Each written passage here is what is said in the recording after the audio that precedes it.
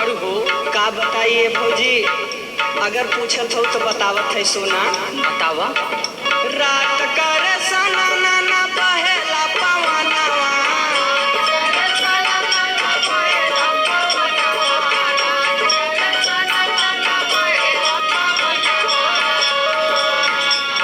अरे बहेला पवनवा भौजी बहेला पवनवा।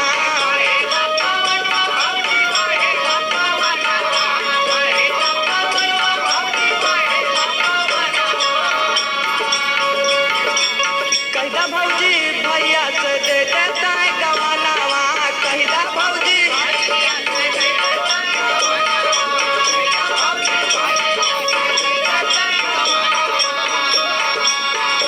सुनत हो भौजी?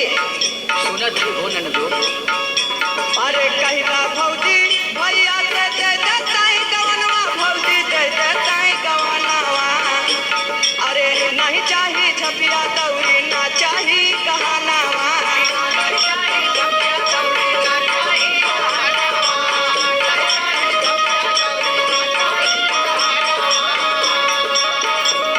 ओ नहीं चाहिए झपिया दौरी ना चाहिए गहनावा, भौजी ना चाहिए गहनावा। सुनत हो भौजी? सुनत है हो। ससुरे भेजौ तू भौजी कई के तू बहानावा।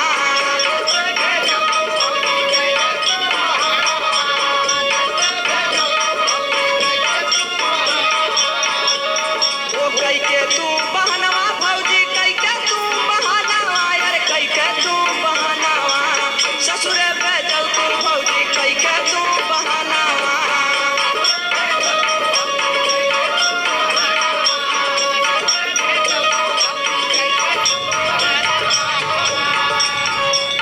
अरे ससुरे भेजौ तू भौजी कई के तू बहानावा, भौजी कई के तू बहानावा। सुनत हो ये भौजी? अरे सुनत है हो ननदो। अरे मन जा तू भौजी हमरो ये तना कहानावा।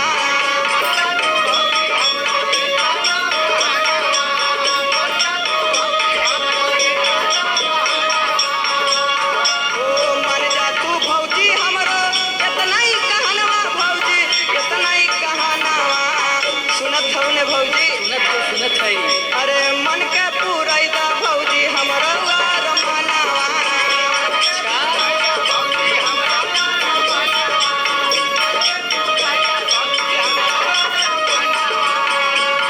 ओ मन के पूरैदा भौजी हमरो रमनावा, भौजी हमरो रमनावा।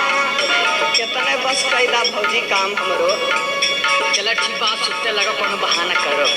ओ मन के पूरैदा भौजी हमरो रमनावा, भौजी हमरो रमनावा।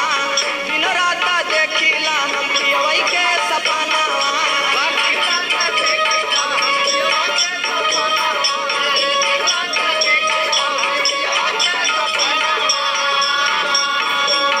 अरे दिन रात देखिला हम पियवै के सपनावा, भौजी पियवै के सपनावा।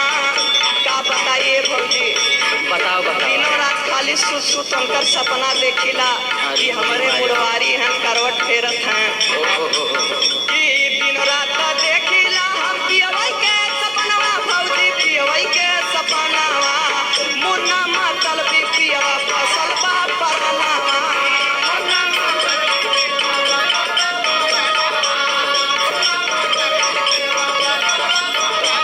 ओ मुन्ना मातल भी पियवा फसल बा परनावा।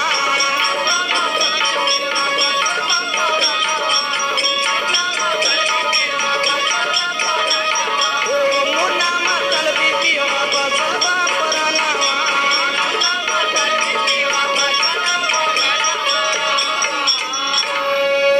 चला ठीक बा, आज तो भैया के समझा दे। ठीक।